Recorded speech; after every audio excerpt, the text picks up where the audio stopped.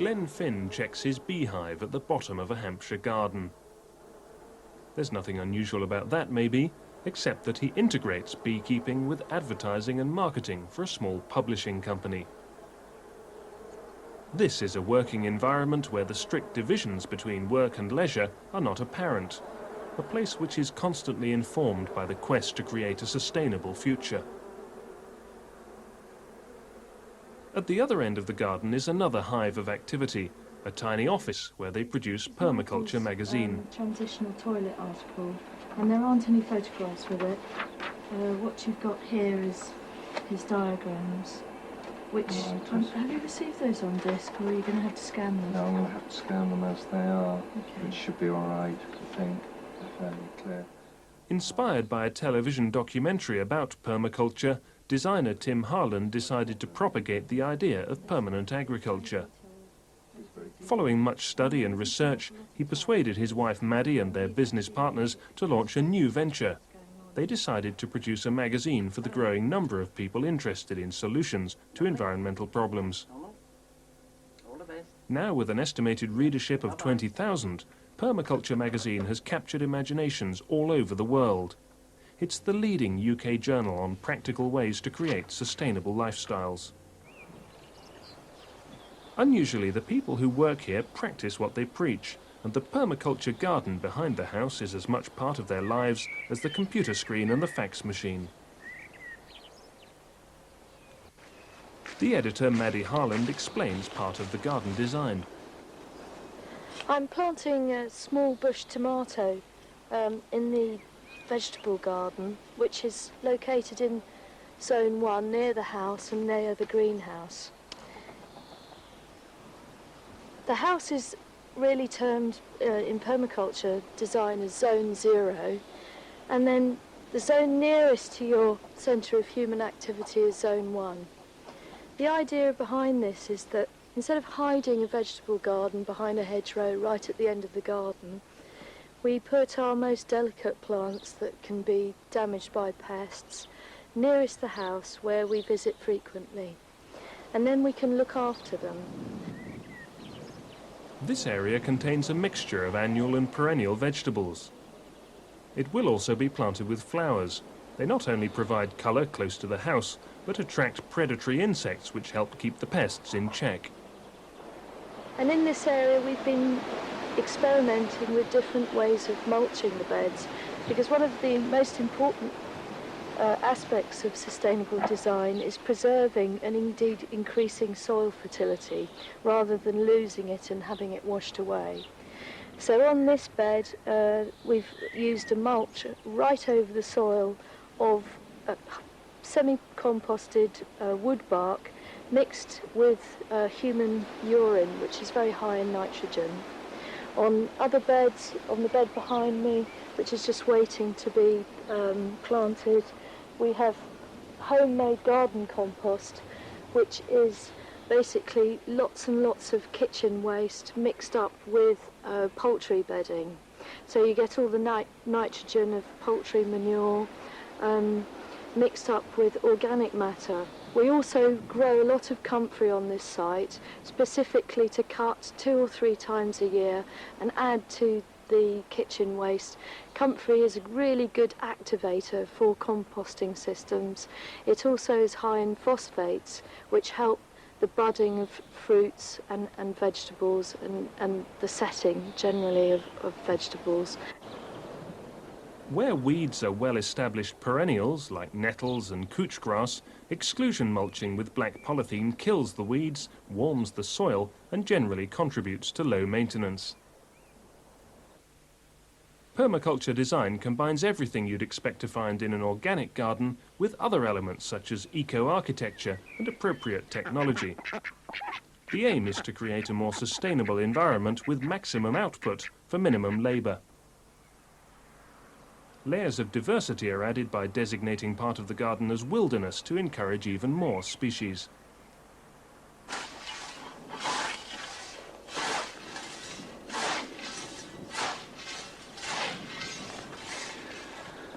Six years ago, this was an intensively farmed arable field. When we came to acquire the land, the first thing we did was to sow a wildflower meadow. This was to create instant diversity and give a ground cover and a great deal of joy and pleasure as well. And now I'm giving it the first cut of the season to keep the grass down and to allow the wildflowers a little bit more room to come up.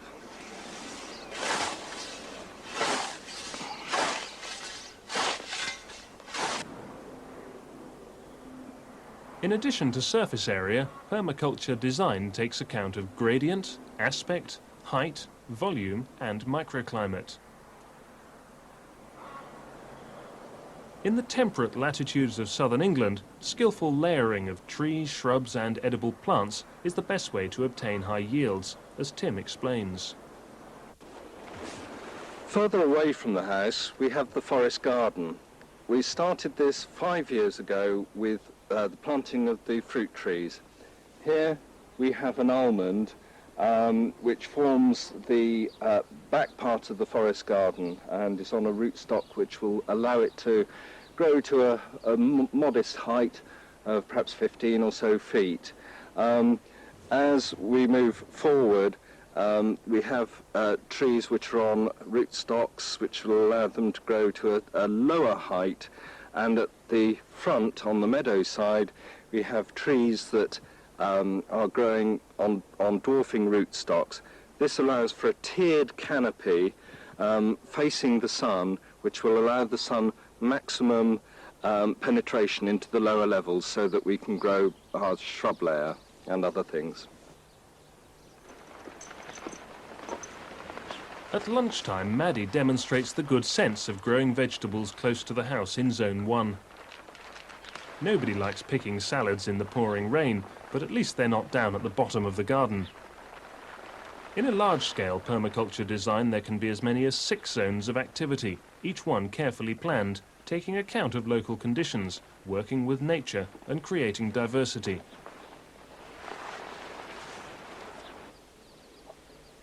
After lunch, Maddie talks about more subtle design features like this little chicken run, which serves several purposes. This is the greenhouse, which is in Zone 1, placed right in the vegetable garden. I'm sitting on a chicken house here, which run exudes outside there. The chicken has an advantage in the greenhouse in that it exudes CO2 and it also heats the greenhouse. It also makes us come in here very regularly so we can tend the plants. And on the plant side we're growing grape here, various different types of tomato, pepinos, lemongrass, and we also use this greenhouse to propagate plants as well. And there's a number of plants from bush tomatoes to tayberries to strawberries, and also a lot of Rosa rugosa which we're propagating as forage in the chicken run. Critics of permaculture say that it offers little new beyond the techniques of organic gardening and crop layering which have been known for centuries. But the genius of co-founders Bill Mollison and David Holmgren is that they've combined the ancient art of food production with the modern science of ecology. And there's more, as Maddie explains. Permaculture is a way of making sustainable human environments which not only nurture, feed and shelter the human beings who share them, but also don't despoil or take from nature and the planet. So it's a system of caring for people, but at the same time caring for the earth. It's a system that can be as big as a large-scale farm or a village or town design, or as small as a small urban backyard, allotment, or even a window box.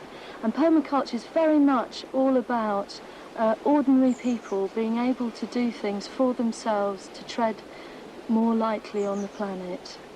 It's not a system necessarily for experts, it's for ordinary people, so that everybody can contribute to preserving the environment by what they do in their own lives. This garden is just the start. Future plans include building on local permaculture networks and helping to create a 55-acre centre for sustainability on the site of a former naval base.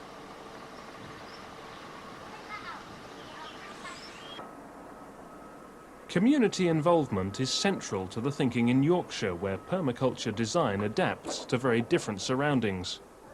Everywhere in Britain, people on housing estates like this are paying the price of unemployment, coupled with the excesses of 60s urban planning. But one glimmer of hope is Springfield Gardens in Bradford, where residents can contribute to a new mapping of their future. Project manager Chris Mackenzie-Davey explains the background to this site. The Homewood estate here on the edge of Bradford has some 10,000 residents, and it was built in the early 60s, and very soon, like a lot of these big housing estates, it developed some very serious problems around high unemployment and poverty. But one thing this estate has developed is very strong community leadership, and that led to the estate winning a City Challenge bid. One of the ideas the village executive had was for a horticultural centre, and when the City Challenge bid was won, this idea was taken up, and permaculture was brought in to facilitate the development of the centre. The funding we've had is something like £220,000 over 3.5 years, and so far we're 2.5 years into the project. More than anything, this project is about the people of the estate, and among our aims are to encourage the local people to grow food, to challenge issues such as health. People suffer from very poor diet around here, and also economic things. Growing your own food can save quite a bit of money. We're also trying to improve the environment of the estate through getting people to grow food in their own gardens, and therefore we hope will take a greater care for the environment as a whole.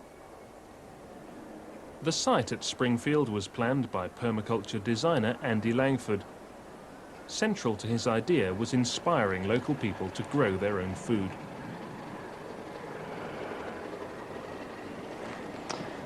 Most of the houses on Homewood have a small garden, and what we're in here is our demonstration garden, which is about the same size as the typical garden on the estate. And what we're trying to do here is illustrate a variety of techniques, showing people how to produce their own food, and showing them that it's both easy and cheap. Intensive techniques of cultivation can be enormously productive, and even the smallest plot can make a healthy contribution in the growing season. What's more, these vegetables are fresh, not like the jet-lagged produce we've grown accustomed to from the supermarkets. Further up the hill, they're growing crops on a larger scale using some innovative techniques.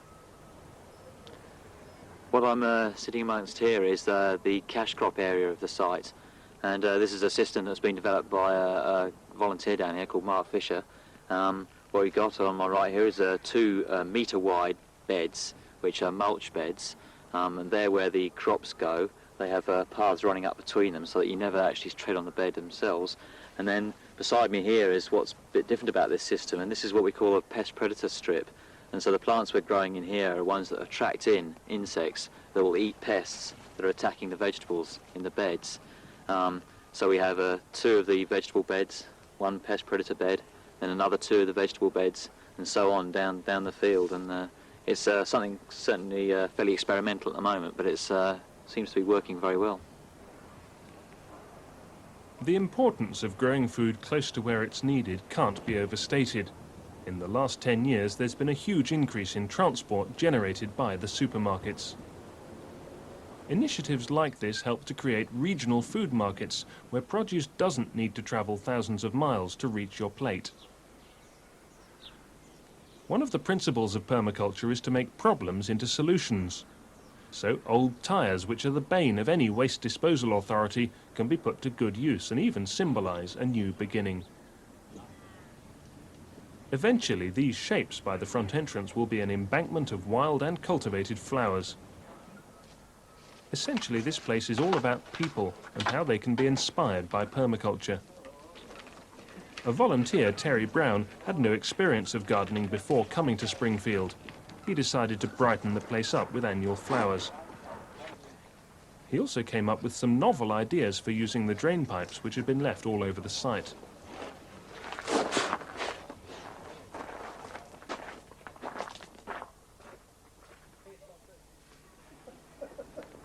You reach right to the back? Yeah, go on then. Okay, that's it. Brilliant.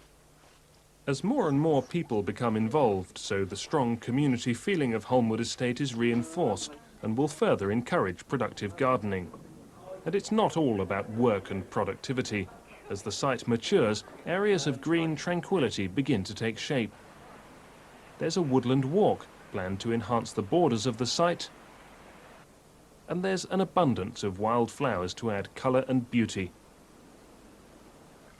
As the name Springfield would suggest, there's plenty of water on this site, and the design incorporates some unusual methods of irrigation. This is one of the two springs we have on Springfield, hence our name, and we're planning to use this water to stock for fish ponds, to fill up fish ponds, which we're going to be producing for, you're producing fish for food. The problem we have is that, like a lot of springs in areas where there's been coal mining, the water is extremely iron rich. In this case, it would kill something like 50% of fish. So we need to clean some of that iron out before we have it down to the fish ponds. And we're planning to do that in two ways. Firstly, by aerating the water using these little sort of flow forms we've built, and secondly, by putting reeds into the 3 ponds we've got, and the roots of the reeds bring oxygen down into the water. And we reckon we can take out about 90% of the iron just simply by doing that. The problem is that much of the surface water has a habit of drying out in the summer, and commercial irrigation schemes would be costly to install and uneconomic to maintain. There's a much simpler way, working with nature by digging special ditches which exactly follow the contours, as Chris explains. Well, what I'm standing in is a swale, and it's dry at this time of year, but over the winter this would be almost completely full of water. We have a swale here because we get a lot of surface water coming down the hill behind me, and it's causing a lot of waterlogging in the land below this. And what the swale does is just slow the water down, really. It stops it moving so quickly, and so the effect is that over winter it dries it out, and the water is slowly released in the early part of the growing season in the spring, and so keeping the ground more moist, and that way we're getting a nice balance in the water over the site. It has a whole load of uses apart from that, though. It's great for wildlife, gives us a whole series of different growing conditions, from dry at the top of the bank to very wet down here at the bottom, and something we can exploit in many ways. Of course, no permaculture site is complete without its trees, but here there's still much growing to do before they reach maturity. We've planted some 4,000 trees on the site, and it's really nice to have one now that's taller than I am. This is an area of forest garden, and behind me to the southwest we've got hardier species of fruits, things like apples and hazels, and then in front of me we've got the more tender things like the pears, so hopefully the apples will shelter the pears.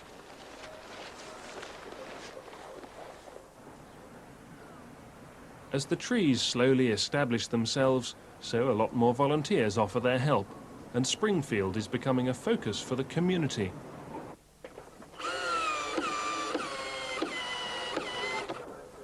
Now the essential groundwork is complete, ideas for future development include equipping the buildings with workshop facilities and a farmhouse kitchen. Value will then be added to the commercial crops by freezing fruit or turning it into jam. They plan to employ 6 people over 2 years, creating an experienced workforce who can help community business to establish. There are schemes to start courses in horticulture and help children with learning difficulties. In addition to doubling the area of cash crops, a wind turbine will be installed to keep goods and services close to home. There's still a long way to go, but already Springfield has been described in the government's Greening of the City report as best practice on a national level. Best of all, this project has made a significant impact on its surroundings, putting people back in touch with their ability to grow food and generally make changes for the better.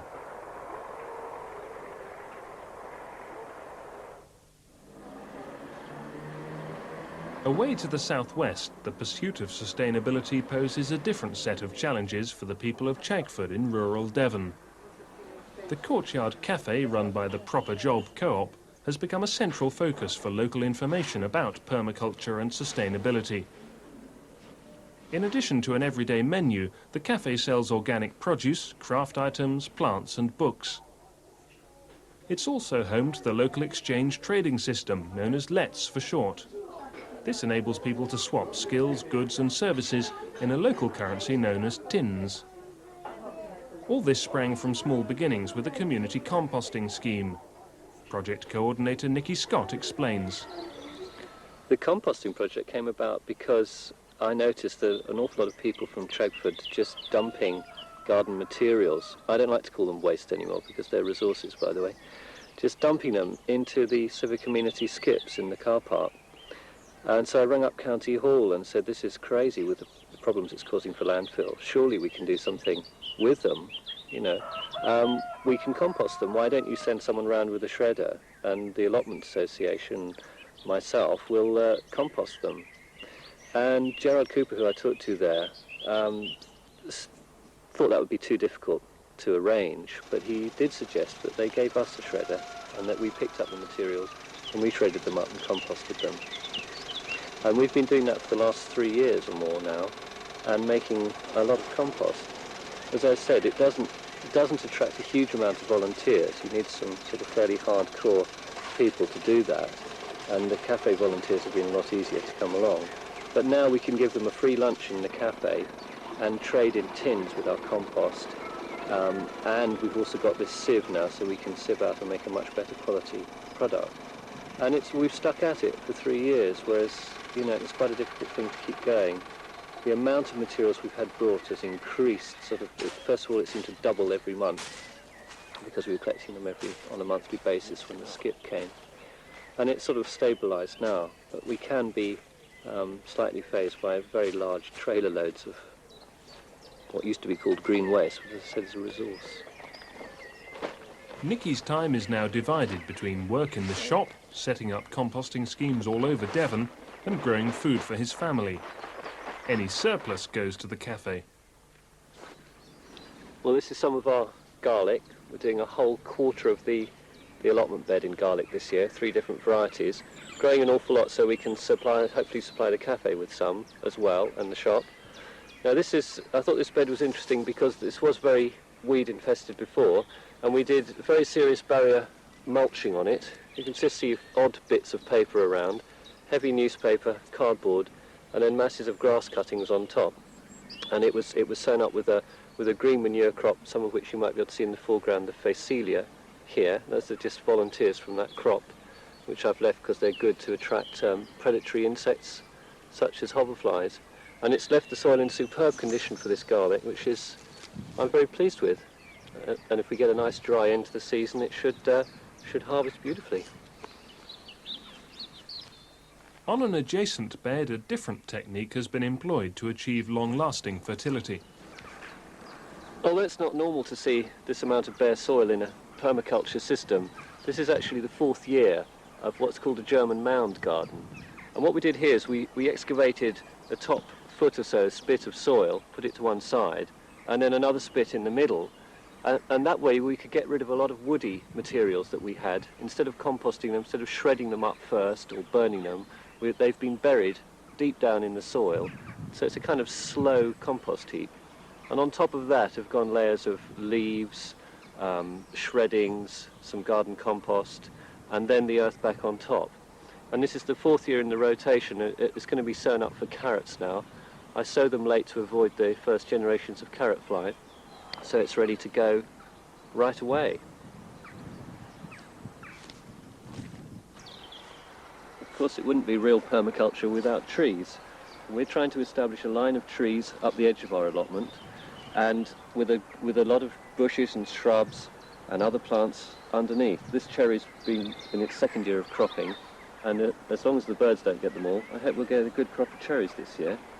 And the blackcurrants will help with the cherries too, and help establish a windbreak and a whole lot of other things. And we're going to plant up more strawberries, ground cover strawberries, raspberries around. We've got some hawthorn growing here. We've got some wild plants for insect attraction. And it's all starting to happen down the edge. Further up on the allotments there's an example of a very well established forest edge, which you'll see how it looks in a few years.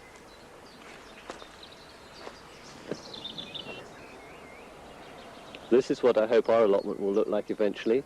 Some beautiful mature apple trees and other fruit trees and nut trees, some fruit bushes in front, and in front of that, sheltering from the wind, there's a hedge and other trees to break it up, allowing these trees to really mature and develop nicely.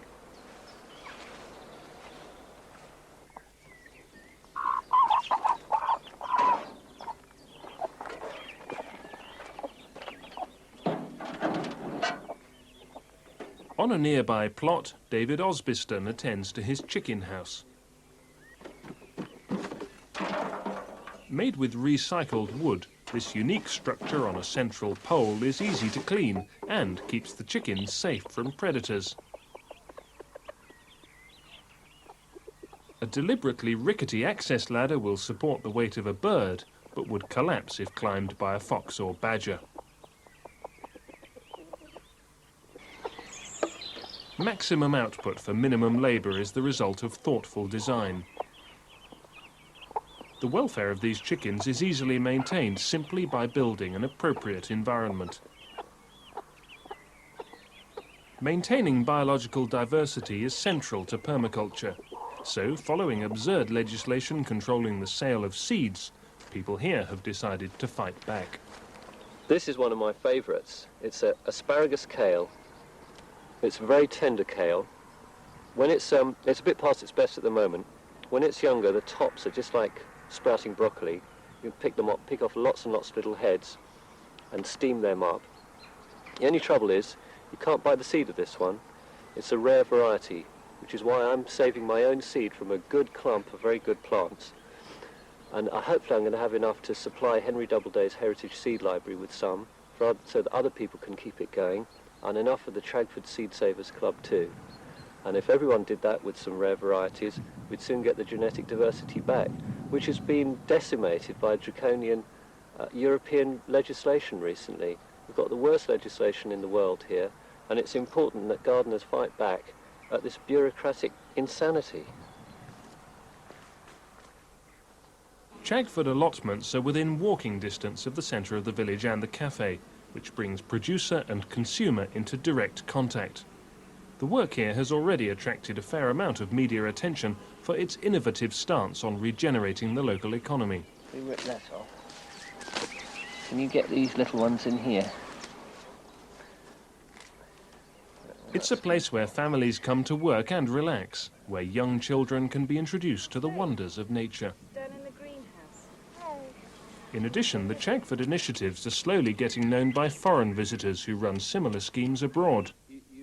Today it's the turn of Edson Mashudu from Zimbabwe to meet local people and exchange ideas. There's gooseberry clubs. There's clubs with everything in this country, but they you cook them, usually cook them and with sugar and make a pudding.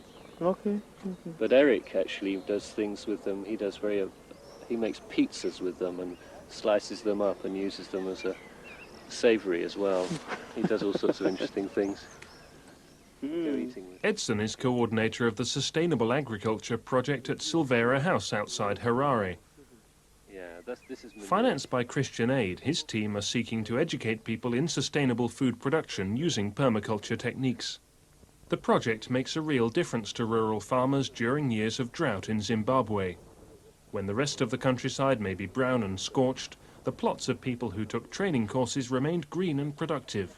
This is actually another one, which is it's a bit of a shame because that will cross. But in fact, I've grown this one and this one together now for years, and the books say that they cross, and you get all sorts of problems. But in fact, they just, because the leaves are so different, you can actually tell the difference very simply. I think they, maybe if you sowed some from my packet, you get both coming up, but you can tell the difference, and they're both endangered varieties, and they're both very good. They're very tough. Last year alone, some 300 farmers attended Silvera House, which means that more than 1,500 people will benefit from better and cheaper food production. Experience from Zimbabwe will inspire future schemes here in Chagford. As Nikki explains, the goal of sustainability is getting closer. As the plans have changed with opening the cafe, So the other plans have changed around quite a bit as well. And we're now thinking much more along the lines of getting some land so we can grow food and use the compost from the compost project to help grow that food. And then we've got the cafe to sell the food once we've grown it. And we're also very interested in training and showing people how large-scale market gardening, organic produce could work. And it may be, depending on the scale that we go, using some sort of machinery. And to that end, I've spent the last year training in organic horticulture at Dartington, learning about some of these techniques of tractor base and researching that a lot more, because it's an area that there isn't an awful lot of information about. And I feel that it's very important for small communities to be able to produce their own food without having to import, carrots from Australia or have the ridiculous scenario of parsnips moving from Penzance to Lincoln and then back to Exeter before they're sold. We need to be able to grow good food organically where it's going to be consumed.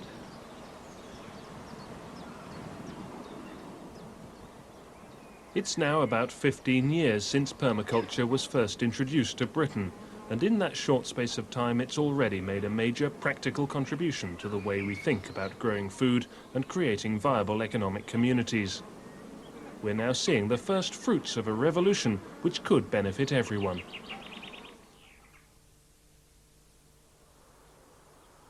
Given the right regional marketing strategy, a 60-acre farm and a lot of hard work, permaculture provides jobs and economic stability. On Ragman's Lane Farm, close to the River Wye in the Forest of Dean, there's an example of what can be achieved. The most striking feature on this land is the newly created pond, where small farmer Matt Dunwell occasionally finds time to swim or relax. Having such a large body of water close to the farm buildings adds light to the house and acts as a safeguard against fire. Apart from providing a home for many species of aquatic plants and animals, this water serves many other purposes, as Matt explains. Its main function is to provide a water source for the vegetable garden below. But we also find that we're able to feed the pigs from the pond to a certain extent, more as a sort of mineral supplement to the pigs rather than their main staple food. But this pondweed here, Canadian pondweed, is quite high in protein. And the reed mace, which you can see here, is very high in carbohydrate. So if you combine those and feed them to the pigs, preferably chopped up so that they can, so that they eat it basically, it forms a very nice pig feed supplement. So that's one crop that we have from the pond. It's also quite a rich source of protein. The tadpoles in this pond in March and April form a black strip all the way around the edge, and we raise about 150 meat chickens at that time of year, and they form this band of chickens all the way around the pond eating tadpoles, which is nature in the raw, but it does serve to produce an awful amount of protein from a totally low input system. There's nothing that we have to do at all to provide that protein. Additional design features increase diversity and productivity. I'm standing on a chinampa, which is a fancy name for a piece of land sticking out into a body of water. When people build ponds, they normally build round ponds, which is a way of making the minimum edge for the maximum volume. And we all know that around the edge of a system is where it is its most productive. So the small fish and tadpoles will tend to live in the areas around the edge of a body of water. In the middle of a body of water, there's not much happening. On the chinampas, we've planted this willow, and we'll be using this to make artist charcoal and also weaving it as willow hurdles. You get phenomenal rates of growth from freshwater bodies like this. I planted these willows in March this year. It's now July, so 5 months later, they're about 9 feet tall. So you can get an idea of the rate of growth from this sort of system.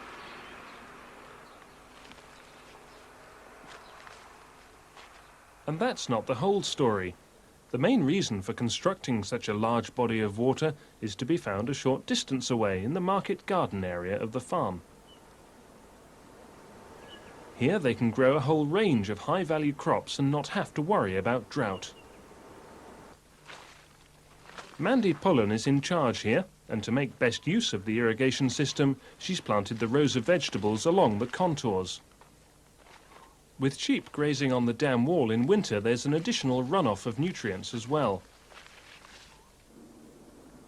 In this 1-acre field, Mandy and her helpers grow 150 different varieties of vegetables for sale in the local area. Much of the produce goes direct to the customers via a veggie box scheme. Now becoming popular all over the country, the box system enables people to buy fresh organic vegetables direct from the grower. Collection from a central pickup point neatly sidesteps the stranglehold which supermarkets have on food production. It also means that money is kept circulating in the local community rather than financing corporate foreign investment.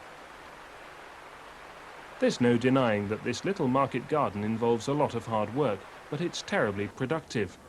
And with the shortest possible route between producer and consumer, it means that the vegetables are sold in tip-top condition with minimal loss of nutrition. Together with easy irrigation, contour planting and the encouragement of predatory insects, chickens help ease the burden of work. What we've got here is a low-tech chicken tractor. It's as simple as it looks. It's a mobile chicken cage, and it's built to fit exactly over the width of the vegetable bed, so that during the winter, Mandy can have this just trundling along the vegetable bed 1 metre a day. And as the chickens are in the house at night, they're manuring onto the ground, and then during the day they're let out into this cage here, where they're scratching all the wireworms and insects out of the soil, and also weeding and manuring during the day as well. And there's a little egg box around the back. So very simple design, and it's just incorporating chickens into vegetable growing. Despite the opportunity for high productivity and increased employment, government subsidies for small-scale organic farming are pitiful. For less than 5 acres, there's no running subsidy. On this farm, diversity is crucial, and it pays to keep as many irons in the fire as possible.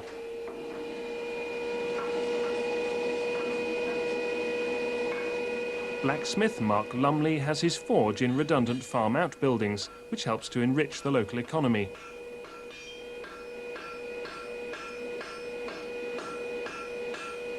Another aid to cash flow is charcoal production, which has environmental spin-offs as well. Most of the charcoal we burn in England is imported from countries such as Papua New Guinea. They're rainforest countries, and often the wood that you get in charcoal is rainforest wood or mangrove swamps. This is British charcoal, and I think it accounts for about 3 to 5% of the charcoal market in Britain. And by making charcoal in Britain, not only are you stopping that rainforest destruction, but you're also helping to preserve the small English woodlands that are on many farms. A lot of these woodlands are unfenced, and the stock gets in and eats the new growth. By taking out a commercial crop like British charcoal, it then becomes worthwhile for landowners to fence that woodland off, and then you get the regrowth of the woodland. So British charcoal is really acting on 2 levels. It also means that for a landowner like myself, where you've got maybe 60 acres, it's an amazing extra income to the farm. We make about £3,000 or £4,000 a year from producing charcoal on the farm here, and that's often the difference between being profitable and not being profitable. It's a homemade kiln. It's built out of old water mains, but it produces extremely fine charcoal. The main income from the farm comes from sales of beef, lamb and pork. Traditional breeds are used for their flavour and suitability to a low-input farming system. Such free-range animals reared in stress-free surroundings produce high-quality meat. Once again, personal contact with local markets is essential to maintain a viable turnover. Apple. Yeah, pork and apple sausages, they're selling like hotcakes. Yep. Right, okay. Brilliant. That will be coming in this Thursday. Okay? Great. Cheerio then. Bye-bye. Both marketing and production need very careful planning to be successful.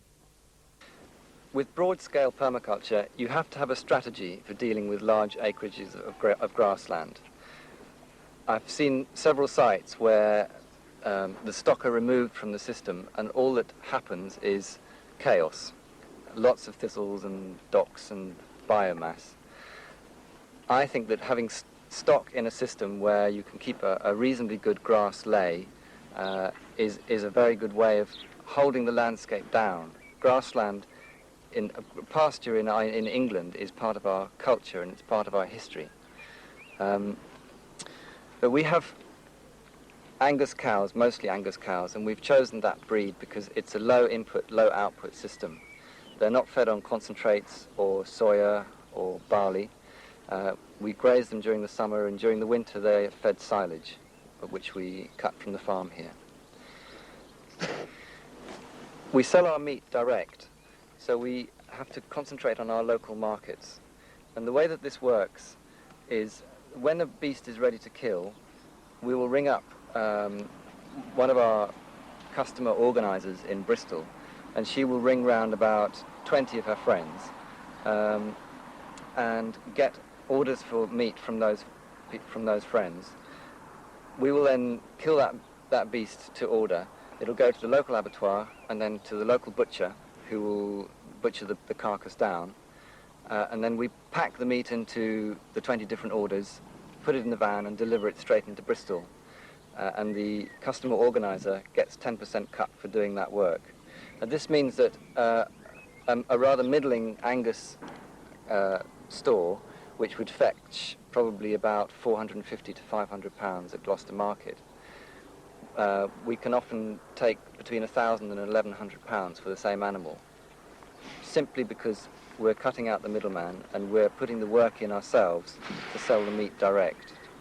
And this has extraordinary implications for land use in England, because we can make 3 or 4 times the profit out of one cow and therefore take the stocking pressure off the land.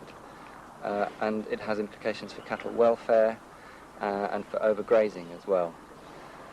I think for small farms such as this, selling direct is really the only way forward, especially since consumers become more and more confused about issues such as BSE and cattle welfare systems. If we have customers who come onto the farm and can visit us here and understand the stock that we've got and talk to us direct, we can explain food scares such as BSE in more detail, and what we're finding is that our relationship with our customer becomes more and more robust as these food scares unfold. In a permaculture system, fertility is not bought in a polythene sack. As far as possible, it must be produced on site by recycling animal and vegetable wastes. And with a bit of innovative design, it's possible to produce a surplus for sale. No permaculture plot is complete without its obligatory patch of comfrey. This is Bocking 14 comfrey. It's a very high protein comfrey, and it sets seed, but the seed is sterile, so it doesn't spread. So you can plant it on your farm and you know that it won't take over. We use it for making liquid plant manure. The way that we do that is we simply cut the comfrey with a scythe and fork it into a big black barrel behind me, which holds about 1,500 litres.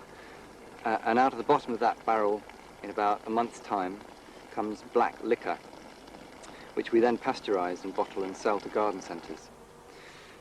The comfrey patch is fertilised by the manure from the cattle during the winter. We bring our cattle in from December through till April, and then we compost that manure from April through to September. So we'll turn the manure 3 times under cover. And from the manure, from the composting process, comes an effluent, which is like a liquid, very strong liquid manure, which we'll pipe down through this blue pipe, and it comes out and fertilises the comfrey patch. So we're catching that fertility before it runs off the farm, and then growing it back into the comfrey leaves and producing plant liquor from it and selling it into garden centres.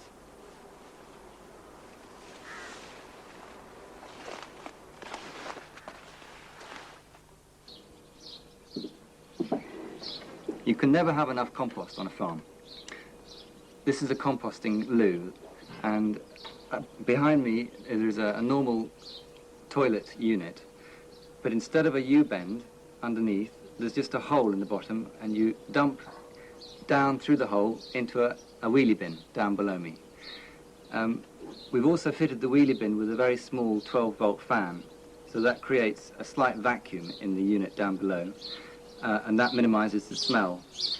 And that's vented out through a vent pipe at the back, and it uses about £1 worth of electricity every year, so it's very minimal energy use. We use an ash and sawdust soak, which we mix in, and that creates a dry compost and helps the wheelie bin compost the manure properly. A wheelie bin should take about 5 to 6 months before it's ready to be changed, and before it's filled up.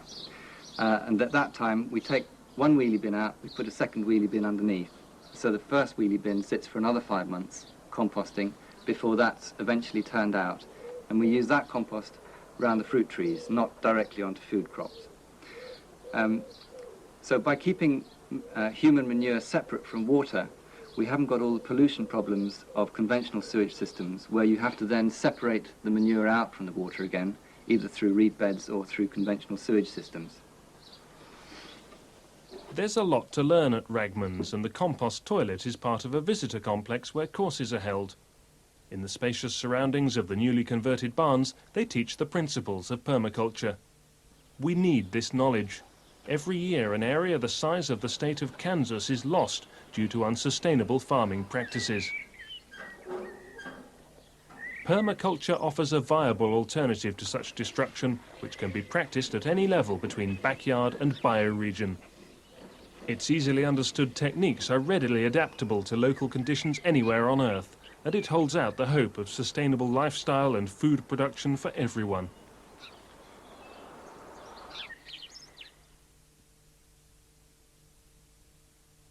And this really is ultimately a definition of sustainability, something that can go on and on and on, a little bit like a horse neighing in the background. Take two. It can also, because it's about cycling energy and recycling resources, you can apply permaculture design to even the smallest environments, like sorry, he got a fly in his ear. Be straight. You can never have enough compost on a farm. I'm standing in a composting loo. No, I'll say that again. I'm not standing in the loo. Yeah, the community composting project was, I started it really about 5 years, no, it wasn't 5 years ago, I'll do it again, I think. It's 3 years ago. You can see the rate of growth from this chinampa. I put this willow in March this year. It's now July, so 5 months later, we've got 9 feet of growth. So you can see the phenomenal rate of growth from this system.